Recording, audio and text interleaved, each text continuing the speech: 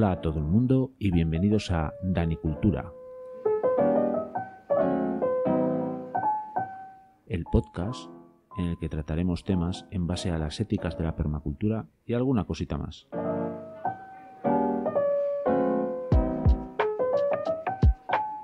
El proyecto nace en un canal de YouTube del mismo nombre, Danicultura. Te invito a que te suscribas.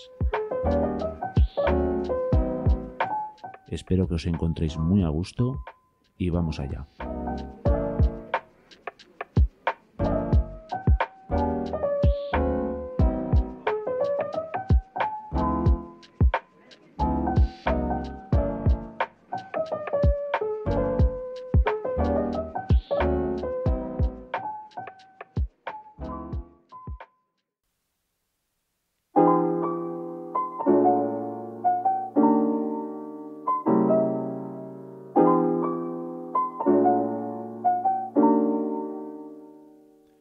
Hola comunidad, ¿qué tal estáis? Bueno, ya van varios podcasts grabados, Esto va cogiendo forma, ritmo y bueno, a mí cada vez la verdad es que me gusta más comunicar y cada vez me gusta más hacer los podcasts y editarlos y los vídeos del canal del YouTube, que por cierto, nunca lo digo así al principio, lo voy metiendo así progresivamente a lo largo de la charla, pero Danicultura viene de un proyecto que se inició en YouTube. Hay un canal, si me has descubierto a través del iVoox, a través del podcast, que sepáis que hay un canal muy interesante, seguramente para ti, que has llegado hasta este pequeño podcast y te interesan ciertos temas, pues en el canal del YouTube Danicultura habla de varias cosas que seguramente te interesen. Huertos, sostenibilidad, permacultura, cosas interesantes. Y además otra cosa que nunca digo al principio, pero bueno, seguramente después lo repita. Os podéis poner en contacto conmigo a través de un correo electrónico que es sistemadanicultura@gmail.com. Ahí podéis poneros en contacto conmigo para lo que queráis. Yo os contestaré con la menor brevedad posible. Y también podéis apoyar el proyecto con el micromecenazgo que propone iVoox en el botón azul de apoyar. Si queréis colaborar con el proyecto para mejorar equipos, mejorar diferentes cosas, pues ahí lo podéis poner. Y si queréis proponer algún tema, bueno, ponedlo en comentarios, que a mí es lo que más me gusta, responder a la gente que escribe.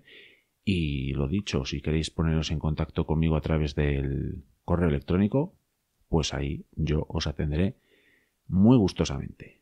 Y hoy, ¿cuál es el tema? Bueno, todavía, siempre que grabo los podcasts nunca pienso de manera inicial en cómo voy a titularlos.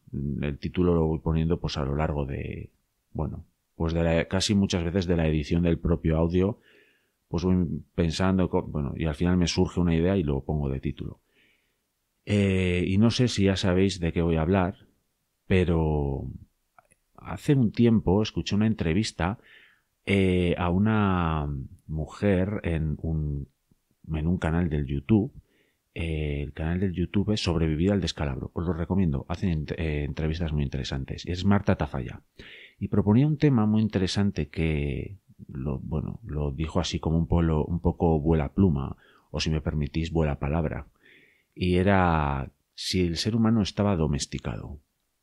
Y resulta que, bueno, pues a mí me ha hecho pensar. Me ha hecho pensar y le he estado dando vueltas a la cabeza y es un tema interesante a tratar y os lo voy a presentar y lo voy a abordar pues de una manera, bueno, que yo creo que nos va a enriquecer a todos porque voy a hacer un pequeño repaso del paso del Homo sapiens por este planeta. Es interesante.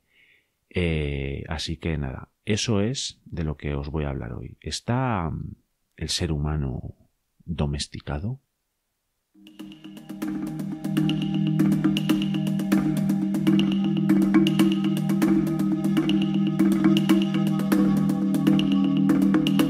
Bueno, no sé si sois conscientes del hecho de que el ser humano Bueno, sí, sois conscientes de ese hecho, porque si estáis escuchándome sois más que conscientes de ese hecho, pero hay muchas personas que dudo que sean conscientes de que el ser humano comparte este planeta con otras muchísimas especies animales y vegetales, y tenemos que compartirlo, y todo este planeta es para todos. Hay que ser menos egoísta y compartir más con las demás especies. Pero ¿sabéis el dato de que... el dato es, la verdad es que a mí me parece demoledor. El 4% de los animales que hay en la superficie del globo terráqueo, de este planeta azul, solo ese 4% son animales salvajes. El 96% restante, son animales domésticos o domesticados. A mí me parece un dato que pone los pelos de punta y es bastante, a mí me parece dramático. Pero bueno, para diferenciar, vamos a empezar diferenciando a los animales entre salvajes y domésticos, para afrontar este tema de si estamos como especie domesticados o no. Y bueno, las principales diferencias que podemos encontrar es que, un animal salvaje pues tiende a ser bastante cauteloso. Yo siempre hablo muchas veces con un amiguete y tal. Desde aquí te saludo y ya verás si lo escuchas, ya verás cómo sabes a quién me refiero. Yo una vez vi un lobo. Sí, lo vi, os juro que lo vi. Claro, este amiguete se ríe de mí y claro, igual ahora vamos por ahí, vemos una ardilla y mira, Dani, un lobo. Pero bueno, realmente vi un lobo. ¿Y por qué lo diferencio de un perro? Aparte por el color y sobre todo por su actitud cautelosa. Diríamos que huiriza, pero era bastante cauteloso. Desde aquí un saludo a mi amigo, el que se ríe de mí cuando le digo que he visto un lobo. Un animal doméstico pues no es tan cauteloso. Al final los animales son animales y siempre depende del recuerdo que tengan del ser humano o de su dueño, pues pueden tener una actitud u otra. Pero los animales domésticos tienden a no ser tan cautelosos como un animal salvaje. Después, el aspecto del animal salvaje, del animal silvestre, tiende a ser bastante mimético con el entorno, pues para ser menos visible y poder ser una presa más complicada de encontrar o un depredador que consiga pues engañar más fácilmente a sus presas. Y un animal doméstico pues no es precisamente su característica no es el camuflaje precisamente. Después los animales salvajes pues no son sumisos, mientras que un animal doméstico precisamente probablemente la principal diferenciación o la principal, criba selectiva genéticamente que se empezó a hacer en los albores de la humanidad fue precisamente escoger a los individuos más sumisos, más obedientes, pues para que conviviesen más fácilmente con el ser humano. Los animales silvestres aparentemente no generan un rendimiento, no es su principal finalidad en la vida. Más que, para el ser humano no generan, si de aquí quitamos de la ecuación el tema de la caza, que eso sería un tema muy amplio y muy espinoso. Pero los animales domésticos, por contra, pues efectivamente el ser humano ha encontrado un rendimiento en ellos. Pues ya vemos la ganadería, hay muchos, incluso hay un rendimiento, podemos decir, afectivo, como los animales de compañía. Hay otra característica muy curiosa, muy particular, que los animales salvajes, los silvestres, juegan de cachorros, pero de adultos, pues no juegan. Tienen otras cosas mejores a las que dedicarse, como por ejemplo sobrevivir. Sin embargo, un animal doméstico, pues son como individuos muy infantiloides de manera constante, lo cual es una delicia si tienes un animal doméstico, en el sentido de un perro, por ejemplo, un gato. Pues ya sabéis cómo se comportan. Son como cachorros para siempre y eso está muy bien, pero es una de las diferencias principales que tiene con los animales salvajes, precisamente.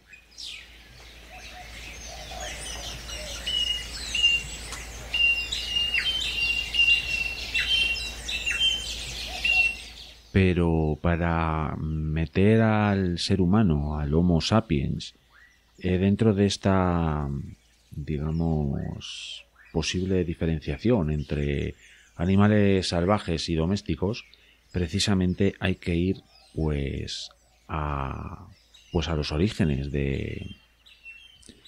del Homo sapiens, pues para ir entendiendo un poco cómo ha ido evolucionando y bueno, pues para comprender un poco este asunto. El enfoque que voy a darle a todo esto, no penséis que va a ser un programa, un episodio de Danicultura pues muy centrado en la evolución del ser humano. Eso es otro tema. Pero bueno, sí es verdad que es necesario hacer un pequeño repaso de ese periodo de la humanidad, pues para después meternos en otras derivadas que bueno, ya iréis descubriendo. Así que, bueno, pues el primer acercamiento de este tema es que según los últimos estudios de este asunto de la evolución humana, el ser humano, digamos, anatómicamente moderno surgió como hace unos 200.000 años, al sur del río Zambeze. El río Zambeze está en el sur de África y separa Zimbabue de Zambia. Hay la frontera pues es ese río. El origen del Homo sapiens, más o menos moderno, pues eso, más o menos se encuentra en esa zona, en la actual Botsuana, Namibia, Zimbabue, bueno, por ahí. El linaje humano se separó de los demás simios hace como entre 7 y 13 millones de años. Casi nada al aparato. Hace ya bastante tiempo que andamos por aquí. Y nuestros primeros parientes que empezaron a caminar de manera erguida, y vamos a hablar de eso como, digamos, uno de los primeros grandes hitos en la historia de la humanidad, pues fueron los Australopithecus hace como casi 3 millones de años. Eso nos daba una ventaja competitiva bastante grande porque, pues bueno, veíamos venir a los depredadores mucho antes y podíamos escapar. Esos animalejos, porque eran a ojos humanos modernos, digamos, un Australopithecus ahora pues formaría parte de un programa, de un documental de la 2. No dejaría de ser un animal más. Bueno, nosotros en realidad somos también animales a día de hoy, pero bueno, eso es otro tema. Pues los Australopithecus, bueno, tenían una dieta pues basada en vegetales, cortezas, raíces, seguramente serían algo carroñeros, comerían gloria bendita en ese descubrir de carroña, pero bueno. Y otro gran acontecimiento de la humanidad fue el uso del fuego. Pues imaginaos el fuego, lo que supuso. Pues con eso podías cocinar los alimentos, ahuyentar a los otros animales, porque al fin y al cabo somos unos homínidos bastante débiles. Y claro, los depredadores pues harían con nosotros lo que quisieran. Pero bueno, es verdad que nosotros pues tenemos ahí pues bastante inteligencia y pues bueno, podemos haberla utilizado para cosas muchísimo mejores. La hemos utilizado para cosas magníficas, no me malinterpretéis. Pero centrándonos en lo que es el descubrimiento del fuego, no fue cosa menor, como diría aquel, no fue cosa menor, es cosa mayor. Sí, ese descubrimiento del fuego supuso que empezamos a cocinar los alimentos. Y como digo, no es cosa menor, porque eso supuso un aumento del tamaño del cerebro, porque la alimentación empezó a ser más rica, digamos que nutritivamente mejoró. Y eso consiguió anatómicamente pues un aumento de la masa cerebral. ¿Y eso qué supuso?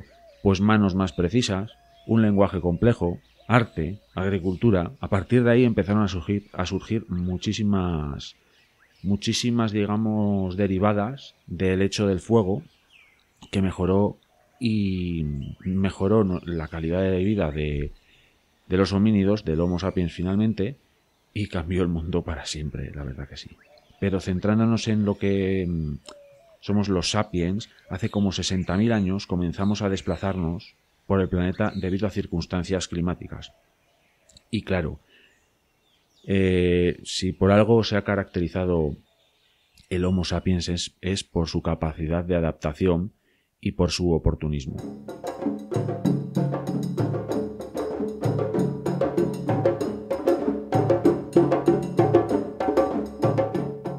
Estos pequeños y primeros grupos de trotamundos inicialmente pues se constituyeron como sociedades de cazadores-recolectores y así fue durante mucho tiempo. ¿Cómo vivía esta gente? Pues esta gente se agrupaba en clanes formados por familias. Pequeñas, por familias que formaban pequeños clanes. Imagino, claro, aquí os estoy resumiendo en una sola frase cómo era la estructura social de los pequeños iniciales grupos de cazadores-recolectores de toda la humanidad. Imaginaos si no habría diferentes tipos de organizaciones sociales, pero por diferentes estudios se cree que más o menos todos se organizaban de esa manera. Que bueno, después trataremos otro concepto bastante interesante y veremos que tiene una raíz bastante científica y bastante biológica, eso de agruparse en pequeños grupos. Pero estos clanes de cazadores-recolectores, por el hecho de ser clanes pequeños, no significa que fuesen organizaciones sociales menos complejas. Tienen su grado de complejidad. De hecho, hay un yacimiento funerario que se ha encontrado en Suecia, que encontró una chamana, una mujer, estaba enterrada de manera erguida, con muchísimos restos, ¿cómo podríamos decirlo? Pues restos totémicos, restos espirituales, por eso se cree que era una chamana, y alrededor estaban enterrados más miembros de ese clan. Y bueno, pues ahí se ve que es cierto, dentro de que eran cazadores-recolectores, un clan de cazadores-recolectores, hay toda una simbología compleja a la hora de hacer sus enterramientos. Eso es una de las razones por las que los científicos siempre creen que hay una cierta complejidad en estos grupos. Más datos curiosos de las sociedades de los cazadores-recolectores, pues por ejemplo uno de esos datos curiosos es que no tenían el concepto de propiedad. Y no es que fueran un grupo de pequeñas sociedades bolcheviques, no, ese es el tema. Son todas cosas muchísimo más prácticas. Eran sociedades, aparte de cazadores-recolectores, eran sociedades nómadas. Y ahora paraos a contemplar, si estáis en casa, toda la cantidad de trastos que tenemos a nuestro alrededor. Pues si fueseis una sociedad nómada, os puedo asegurar que no tendríamos ni una tercera parte, no tendríamos nada. Por tanto, estas sociedades no tenían el concepto de propiedad precisamente por eso, porque como se tenían que mover de un lado a otro, pues es muchísimo más complicado trasladar todo un clan, todo un poblado de un sitio a otro si tienen mucha cantidad de artilugios. Esta es una de las razones por las que no tenían el concepto de propiedad. La mayor parte de la dieta de esta gente se basaba en vegetales. Es bastante más fácil recolectar, pues eso, frutos o diferentes hierbas, raíces, cosas así, que ir a la caza. Cazar es un acto que requería y requiere muchísimo más gasto energético, personal y del grupo, porque era mucho más peligroso también, podía haber muertes a la hora de ir a cazar, y por eso optaban por lo vegetal. Pero en la evolución del ser humano, una de las características más importantes es precisamente la dieta carnívora. Esa carne hizo que al final nuestro cerebro aumentase en tamaño y aumentase, como decíamos antes, pues la complejidad tanto de sus manos como de su lenguaje como de todo. La introducción de la dieta carnívora dentro de, pues eso, de la dieta, valga la redundancia, pues hizo que la evolución nuestra fuese de una determinada manera. Pero el tema de la caza siempre lo que tenemos en la cabeza es ese grupo de cazadores, todos varones, a cazar como grandes héroes. Bueno, pues se cree que eso de que solo iban a cazar los varones de los clanes no es cierto. Iban a cazar tanto varones como hembras, como todos. No todos, los niños evidentemente, como podemos comprobar en cualquier,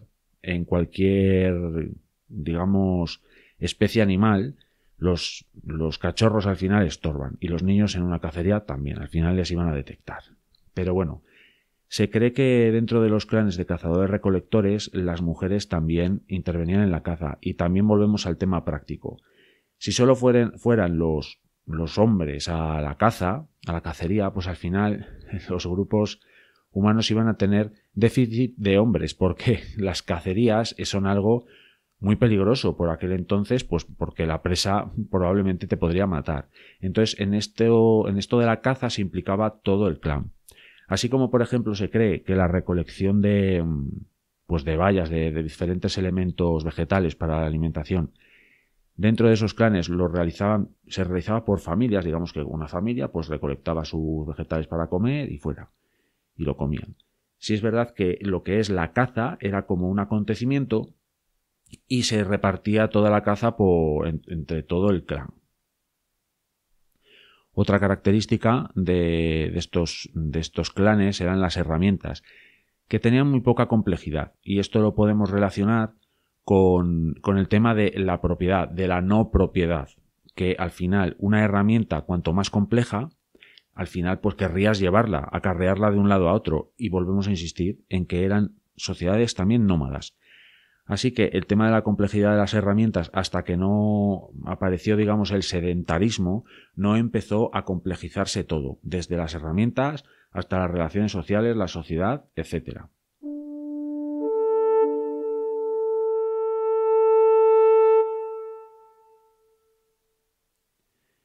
Bueno, en el caso de Europa, las sociedades de cazadores-recolectores pues fueron desapareciendo a consecuencia del último máximo glaciar que tuvo lugar hace 25.000 años. Por aquel entonces había una cultura con ciertas características comunes en cuanto al arte y a las herramientas, pues unas características comunes de esas sociedades de cazadores-recolectores se llamaban las sociedades gravetienses. Estos gravetienses fueron quedando aislados en zonas. Pensad que, claro, el último máximo glaciar, pues claro, venía del norte, ¿no? Entonces, pues ¿dónde se iban refugiando estas sociedades? Pues en la zona sur. Y entonces fueron quedando aisladas esas sociedades en Francia, en el centro de Europa y en Italia, en esa zona más o menos, y en la península ibérica. Y según un estudio publicado en la revista Nature, ya sabéis, esa afamada revista científica, pues las poblaciones refugiadas en el suroeste de Europa tuvieron condiciones climáticas más benéficas y a partir de estas poblaciones se volvieron a extender por el resto de Europa. Las poblaciones que quedaron aisladas, como en el centro de Europa y en la zona de la península itálica, pues esas definitivamente desaparecieron.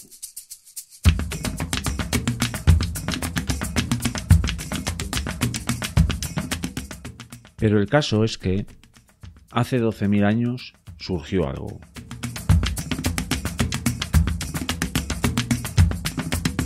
Surgió algo que cambió el mundo para siempre.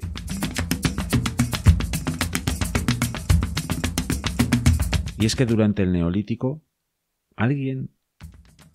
me gustaría a mí ver cómo se inició todo esto, pero alguien inventó algo. Y lo que inventó fue la agricultura.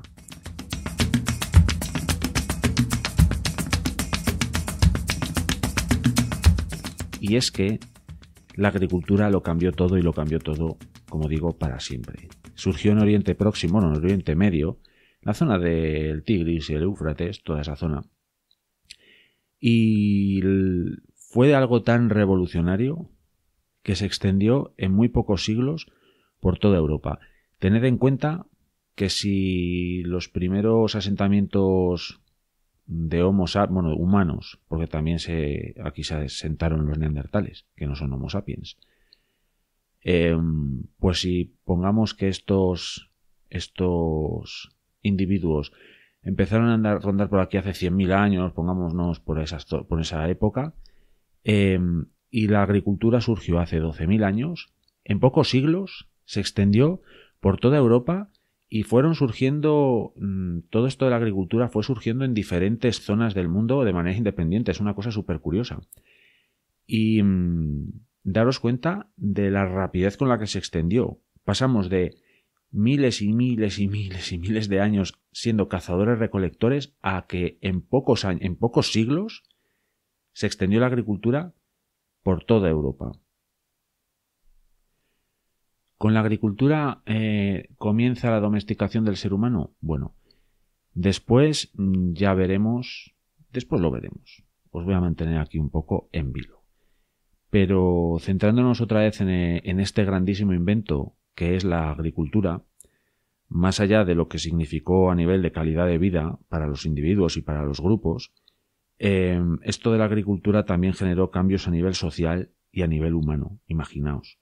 Pues para empezar, el tema del nomadismo, pues ya yo creo que esas sociedades ya dijeron, bueno, nos quedamos aquí. Porque yo, por ejemplo, mi huerto, el que podéis ver en el canal del YouTube de Danicultura, yo me centro en el huerto. Yo no, si tengo ese huerto y lo arranco, no me voy a marchar ahora a 50 kilómetros para, digamos, iniciar ahí otra actividad de cazador-recolector. Pues no.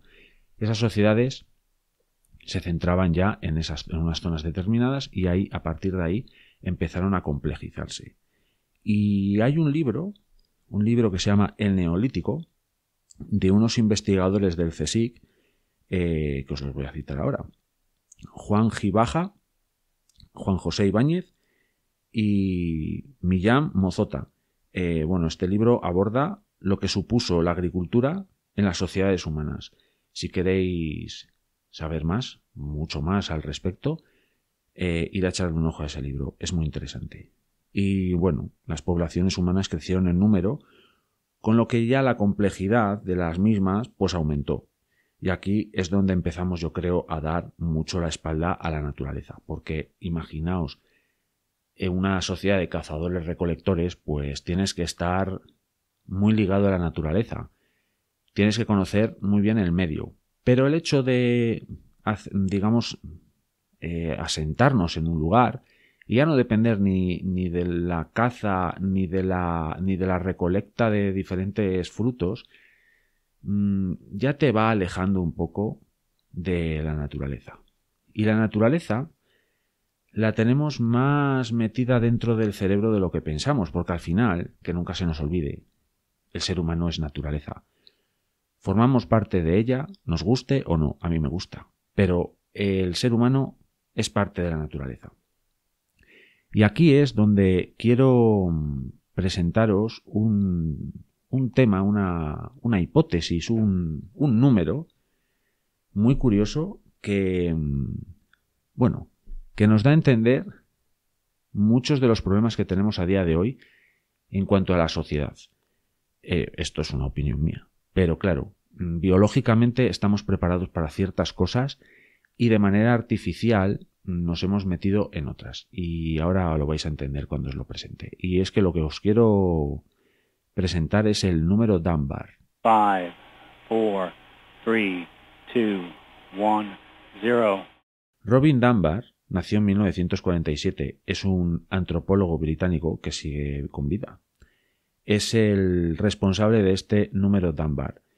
Y es que llegó a la conclusión de que existía una relación entre el tamaño del cerebro de los primates y el tamaño del grupo con el que se vinculaban. Es decir, a mayor tamaño, mayor grupo, y a menor tamaño cerebral, pues menor grupo. Para que nos hagamos una idea a grandes rasgos, porque imaginaos que esto es una hipótesis, una teoría muy elaborada. Pero bueno, Dunbar y sus colegas en el estudio de este asunto aplicaron este principio a los humanos, examinando datos psicológicos, antropológicos, históricos y encontraron una notable consistencia alrededor de un número.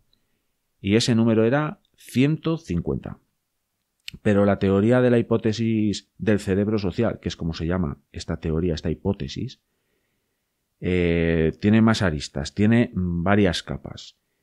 Y los números, hay diferentes números. Que es curioso porque Dunbar en este estudio llegó a la conclusión, se dio cuenta de que para los primates, que recordad, el ser humano es un primate, pues el número 5 y sus múltiplos tienen pues mucha importancia, ese tipo de múltiplos. No lo sé, a mí es verdad que es un número que siempre me ha gustado y sus múltiplos quizás es que sean más fáciles, no sé, la tabla del 5 para mí siempre fue la más fácil. Pero bueno, las capas que presenta Dunbar y su equipo de trabajo y sus colegas de trabajo en esta hipótesis son 5 capas con diferentes números y os las voy a exponer aquí. 15. Y 15, según esta hipótesis, es el número de buenos amigos que el cerebro humano está capacitado para tener. 15 buenos amigos. Después hay otro, el siguiente escalón serían 50. 50 amigos, sin ser tan buenos, simplemente unos colegas, 50. El tercer escalón, ahí está nuestro número mágico de 150 y es de contactos significativos. Por contactos significativos, pues entiendo eso, gente con la que tienes relación, tal, algo, un escalón más allá de los amigos. El cuarto nivel sería el número de 500, y 500 serían 500 conocidos. Y el último y quinto escalón en toda esta hipótesis del cerebro social, el número es 1500, y 1500 son personas que puedes reconocer.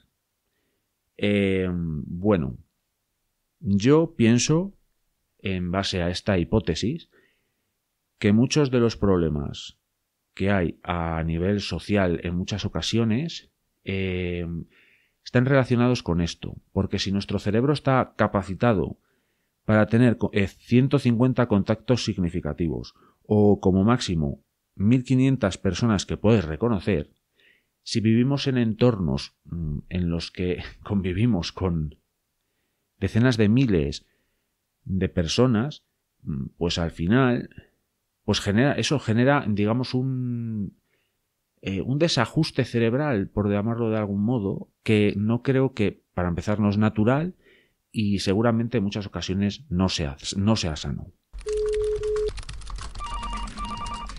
Pero esta hipótesis no penséis que ha caído en saco roto para las grandes instituciones, porque sin ir más lejos, la autoridad fiscal de Suecia reestructuró sus oficinas para mantenerse dentro del umbral de 150 personas, para que veáis que esto no es una cosa que es una teoría absurda. Tiene esa base científica que os acabo de presentar con la teoría del cerebro social de Dunbar, y hay instituciones que han aplicado este tipo de estructura mental o cerebral de capacidad a sus estructuras organizativas.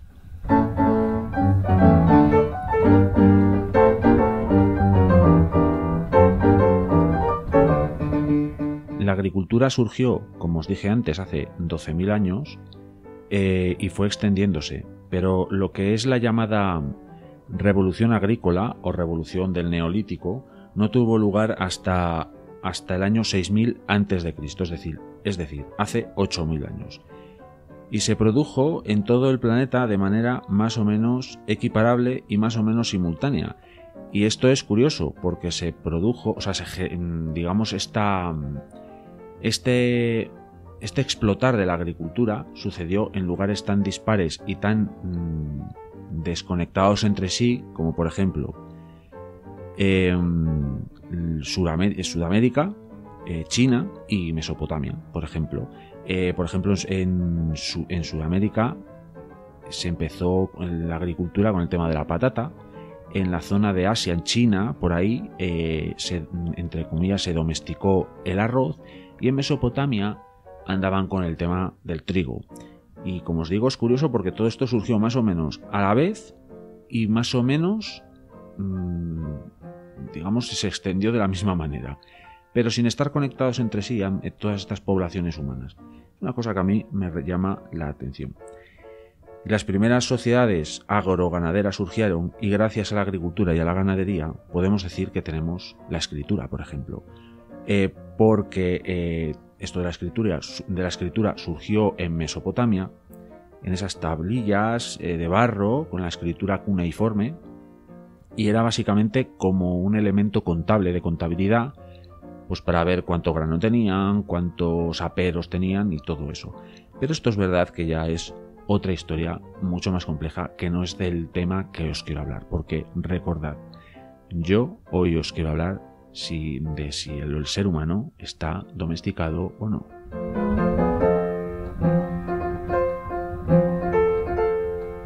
Y es que cuando domesticamos al lobo para convertirlo en perro, lo sacamos de la naturaleza para meterlo, por decirlo de algún modo, en el sistema, dentro del mismo. Lo mismo ocurrió con el uro, el antecesor, digamos, de las vacas. También lo sacamos de la naturaleza para meterlo en ese sistema, y lo mismo ocurrió con el trigo, el arroz, la patata. Eran plantas silvestres que más o menos fuimos seleccionando pues para meterlo dentro de nuestro sistema de vida y arrancarlo de su medio natural. Pero ¿y en qué momento el ser humano se marchó, dio la espalda a la naturaleza? ¿Ocurrió cuando empezamos con el tema de la agricultura hace unos 12.000 años?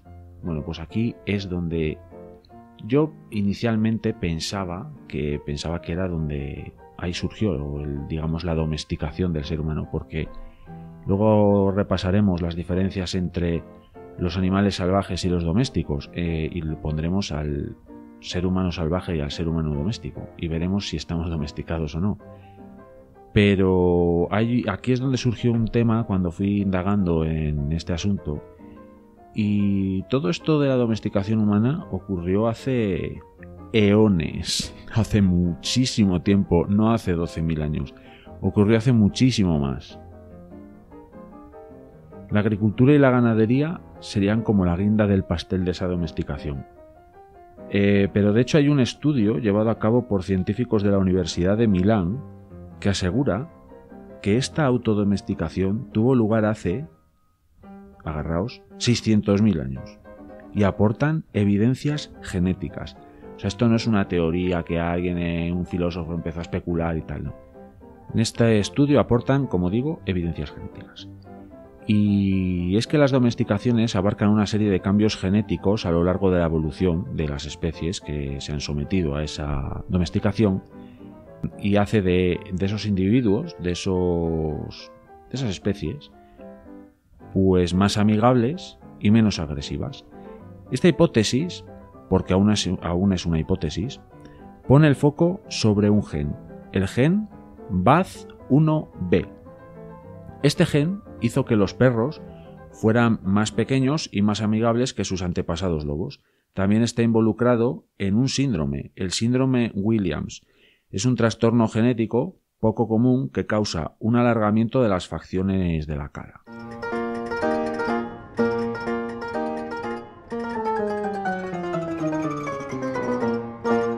El estudio de la Universidad de Milán ofrece más resultados que demuestran que este gen BAZ1B tuvo una contribución clave a la hora de generar unos rasgos faciales más amables de los individuos humanos. Caras más pequeñas, cejas menos prominentes. Pues menos parecido a un neandertal. Al final, si vas a internet ahora mismo y buscas neandertal, ¿lo ves? Pues es cierto que lo ves con tu prisma de Homo sapiens, pero son rasgos los nuestros menos... ¿Cómo decirlo? Menos salvajes no es la palabra o la expresión, pero nuestros rasgos actuales son menos agresivos, por decirlo de alguna manera.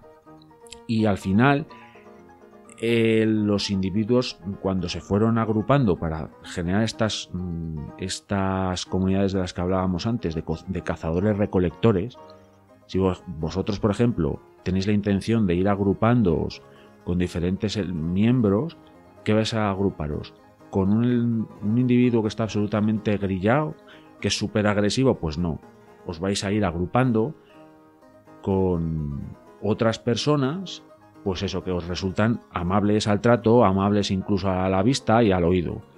Y esto al final ha generado, digamos, una cantidad de rasgos genéticos que han hecho que, digamos, nos hayamos ido suavizando en general.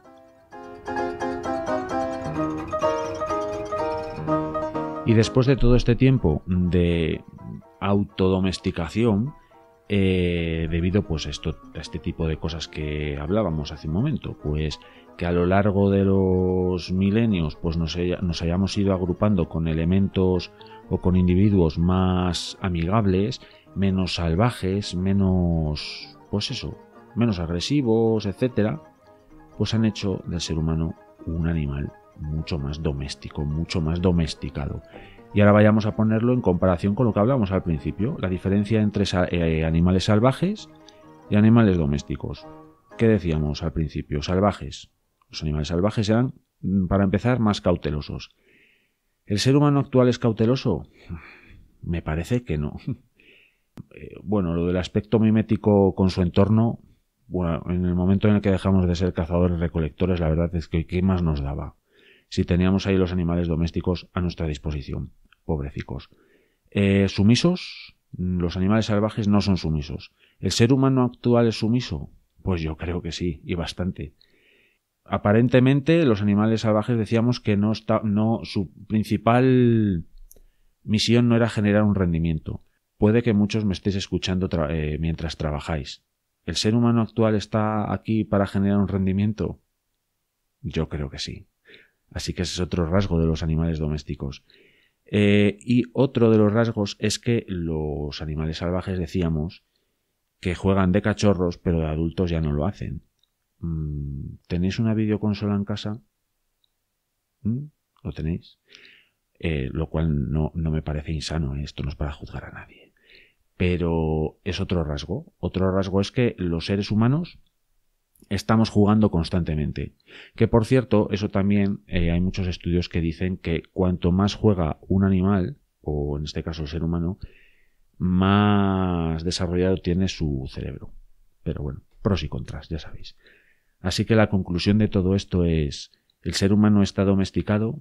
Pues parece ser que sí, y sucedió hace muchísimo tiempo.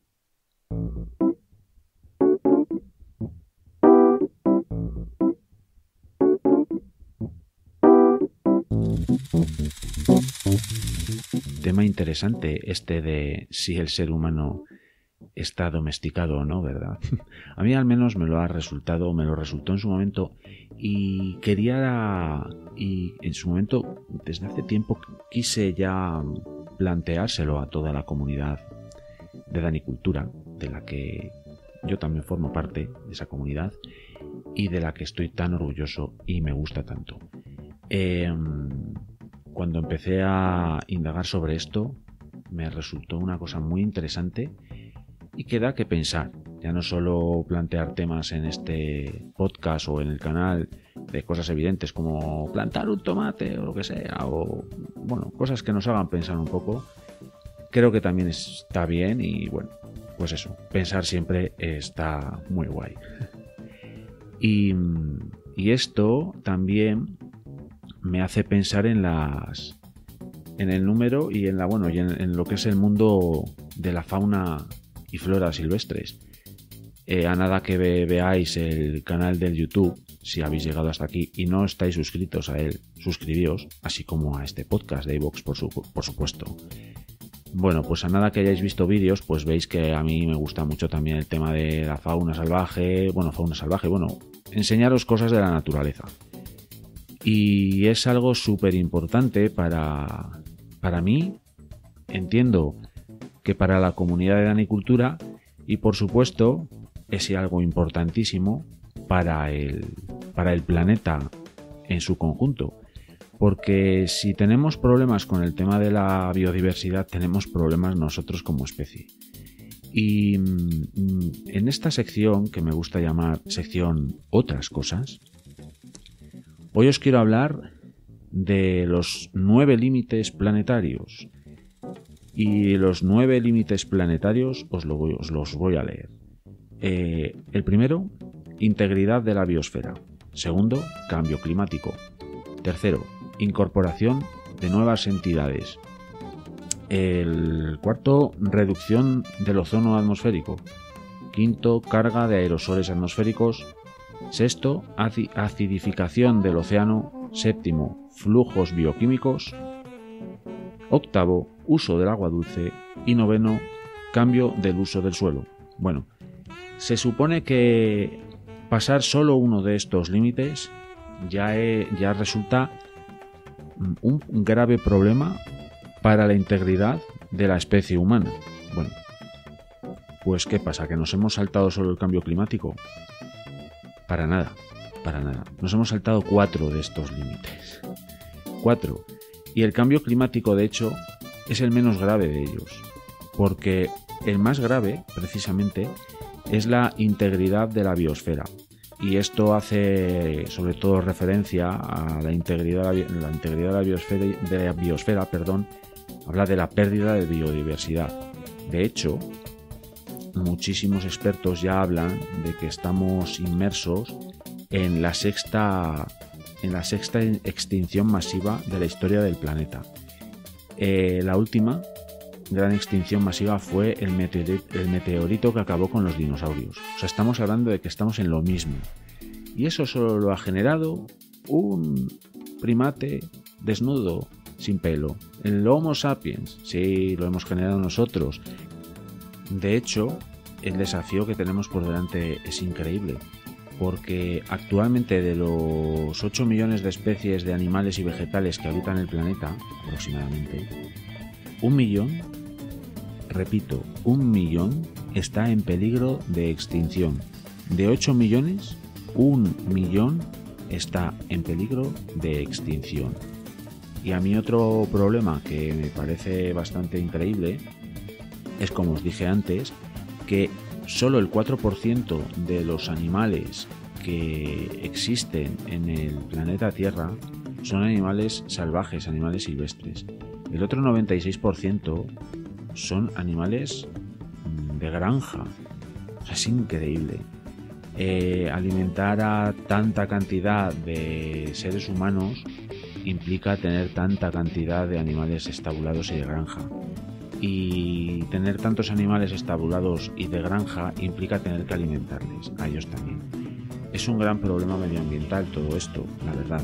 Aunque hay veces que se pone el foco mucho en las vacas y siempre se habla de los pedos de las vacas y que generan metano. En realidad lo que genera metano son sus eructos. Y dicen que, dicen, y es cierto, que el metano es un gas que genera mucho más efecto invernadero que el CO2.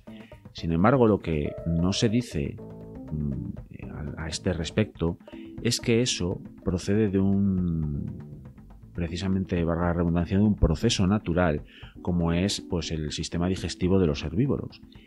Y la presencia o la persistencia del metano en la atmósfera es de 10 años y después se integra perfectamente en el suelo. El problema no son las vacas ni sus eructos. El problema, como siempre digo, es la escala a la que estamos haciéndolo todo. Y ese sí que es un verdadero problema, que está causando graves destrozos medioambientales. Así que en este punto os recuerdo, vuelvo a daros el dato. De 8 millones de especies, 1 millón está en peligro de extinción. Esto tiene que hacernos reflexionar. Y esto, para siempre intentar dar un mensaje positivo o por lo menos un mensaje de qué podemos hacer nosotros, lo ligo bastante, por ejemplo, al tema del huerto. ¿Por qué? Porque si hay un ecosistema que está degradado, lo he dicho también en algún otro podcast y en algún otro, vídeo del YouTube, si hay un ecosistema que está degradado es el suelo. Y en los huertos hay una cosa que podemos hacer y es cuidar el suelo. Porque si cuidamos el suelo, en última instancia vamos a cuidarnos a nosotros mismos, a nuestros vegetales y en general a nosotros mismos en todos los aspectos, porque el suelo está muy degradado en general y tenemos que cuidarlo. Y en un huerto podemos hacerlo y podemos hacer muy buenas prácticas y muy buenas cosas. Quien dice en un huerto, dice en vuestro jardín.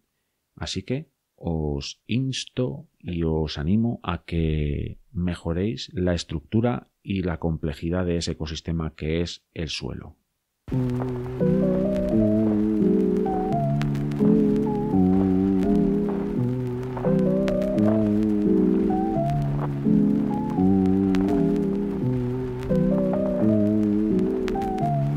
Bueno, para ir finalizando el episodio, el programa de hoy del podcast Danicultura, la última parte ya sabéis que a mí me gusta siempre destinarla a la comunidad de Danicultura, que tanto como aquí en iVoox como en YouTube es una comunidad muy activa, eso es lo que quería decir, una comunidad muy activa y que a mí me enriquece muchísimo. Es que a mí es lo que más me gusta de todo este proyecto, ya os lo he dicho muchas veces, quizás sea un poco pesado, pero siempre quiero destacarlo. Y en este momento, siempre de los episodios del podcast, pues leo comentarios y bueno, comento un poco el tema.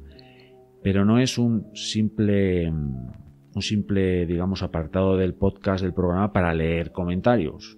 El típico apartado de todos los podcasts de y ahora los comentarios de los oyentes, que está muy bien, de hecho yo también lo hago, pero no quiero que sea eso exactamente. Es como un poco hablar entre nosotros, hablar entre tú y yo. A mí esto de la comunidad, como digo, es lo que más me gusta.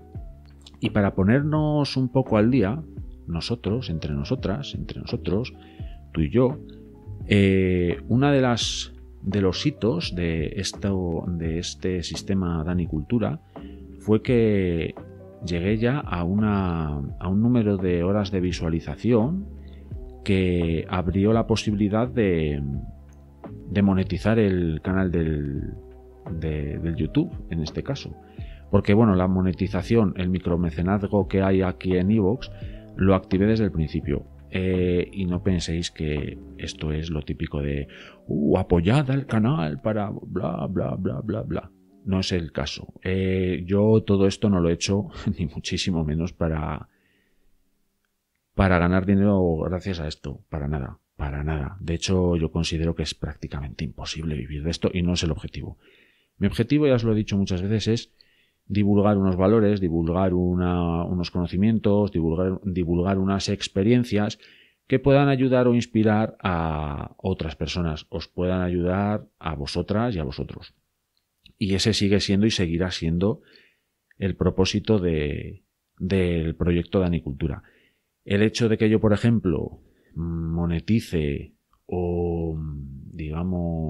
monetice tanto el podcast como el canal del YouTube, no implica que los contenidos vayan a estar capados, digamos, para que la gente los pueda escuchar. No, o ver. Para nada. La idea es mantener el mismo ritmo de publicación de vídeos y de podcast, incluso el podcast, en función de la cantidad de tiempo que tenga y en función de la cantidad de audios que tenga preparados, pues me estaría bien publicar uno a la semana. De momento sigo con uno cada 2, aunque tengo ganas de empezar a publicar uno cada semana, pero eso ya, digamos, multiplicaría por 2, digamos, el tiempo que tengo que dedicarle a esto del podcast, que no es poco. Porque al final un vídeo, ya os lo he dicho muchas veces, yo le doy al play o al grabar y venga, lo que salga y como salga prácticamente. Son muy raras las ocasiones en las que edito los vídeos. Pero el audio es por completo distinto. Tengo que meterle una edición para mejorar el sonido, porque mi equipo, el equipo que yo tengo para empezar está bien, pero es mejorable. Y pues tengo que meterle una edición al audio para que quede bien. Después una edición en el sentido de, ponerle musiquita y ponerle cosas, pues para que sea algo más dinámico. ¿Qué más tengo que hacer? Bueno, tengo que preparar los temas. Ya os he dicho que muchas veces el hecho de encontrar los temas no es el problema, porque en muchas ocasiones lo proponéis vosotros y vosotras. Y de hecho aquí hago el inciso, si habéis llegado, que aquí si habéis llegado sois los más fieles, digamos, la parte dura de la comunidad de Danicultura. Hola a todas, hola a todos. Bueno, pues aquí os digo que podéis proponer los temas que os apetezca. Si yo tengo tiempo y lo puedo desarrollar, podéis mandarme un correo electrónico a sistemadanicultura@gmail.com y ahí pues podéis proponer los temas que queráis, incluso en los comentarios, tanto de este capítulo como de los demás o del YouTube, podéis proponer lo que queráis. Y yo ahí pues cojo el testigo y lo puedo preparar. Y como os digo, el encontrar temas no es el problema. El problema es que no es un problema, porque a mí eso me enriquece muchísimo. Es prepararlos. Pues yo al prepararlos, pues igual estoy informándome o documentándome, depende del tema, pues desde 2 días hasta 2 semanas, la verdad. O sí, un tiempo así parecido. Y tienes que ir guionizándolo y preparándolo y una cosa te lleva a la otra y la otra a la una. Pero a mí es una cosa que me gusta porque me está enriqueciendo muchísimo. Os lo tengo que reconocer aquí y ahora. Y espero que a vosotras y a vosotros os enriquezca también mucho y os resulte interesante y demás. Y como digo, el hecho de monetizar todo este asunto no es para hacerme rico, ni mucho menos. Pero sí es verdad que es para poderos ofrecer algo más. Porque el hecho de aportar una cantidad que encima no es nada, es prácticamente 2 euros me parece que es en el YouTube y aquí es 1,50 o algo así, ya veis que no es nada, es un café. Pues es pues para tener una pequeña financiación pues para ir mejorando equipos o por ejemplo tengo ganas de desplazarme a algún sitio y enseñaros cosas interesantes, por ejemplo el tema de las seves. Igual cuando publique este podcast ya me he desplazado y he ido a enseñaros una sebe bien hecha y ya evolucionará. Pero bueno, ese tipo de desplazamientos y todo ese tipo de cosas, pues al final a mí me llevan un tiempo y me gustaría también pues tener esa recompensa, ¿por qué no decirlo? Pero que sepáis que la principal razón de todo esto es, como os digo, es divulgar y que llegue bien lejos y bien alto con este pequeño granito de arena que supone Danicultura, y eso no va a cambiar. Y aquí quiero hacer precisamente ese inciso para agradecer en este momento que estoy grabando este podcast, igual cuando se publique pues hay más, pero de momento miembros del canal de el YouTube son José Antonio y Arantxa Requeta. Os doy muchísimas gracias. Os mando muchísimas gracias desde aquí, porque para mí es una pasada lo que hacéis. Para mí sois mis productores, así que tengo una responsabilidad para con vosotras y para con vosotros. Voy a intentar dar lo mejor de mí y os lo merecéis, porque ya simplemente el hecho de darle ahí al apoyo, para mí es una pasada, es increíble. Así que os doy, José Antonio, Arantxa, os doy las gracias desde aquí, espero que estéis escuchando esto. Y espero ofreceros contenidos extra pues que estén a la altura de vuestras expectativas. Y eso es lo que os quería decir. Hoy no voy a leer comentarios, ya los leeré en su momento, pero eso, hoy es para daros las gracias y para instaros a que precisamente os suscribáis a YouTube y aquí a iVoox también. Suscribíos y dadle al botoncito azul de apoyar si queréis y si no, no lo hagáis. Yo os estoy igualmente agradecido, sobre todo si lo escucháis y le dais al like. Y sin más y sin menos, pues me voy a ir despidiendo de todas vosotras y de todos vosotros. Espero que el contenido del episodio de hoy os haya gustado, os haya interesado. Espero que penséis a ver si estamos domesticados o no. Y espero que comentéis todo lo que os parece todo este tema en el cajón de comentarios y espero que estéis bien y os estéis a gusto en este sistema Danicultura. Muchísimas gracias por estar aquí y nos vemos en el siguiente podcast. Chao.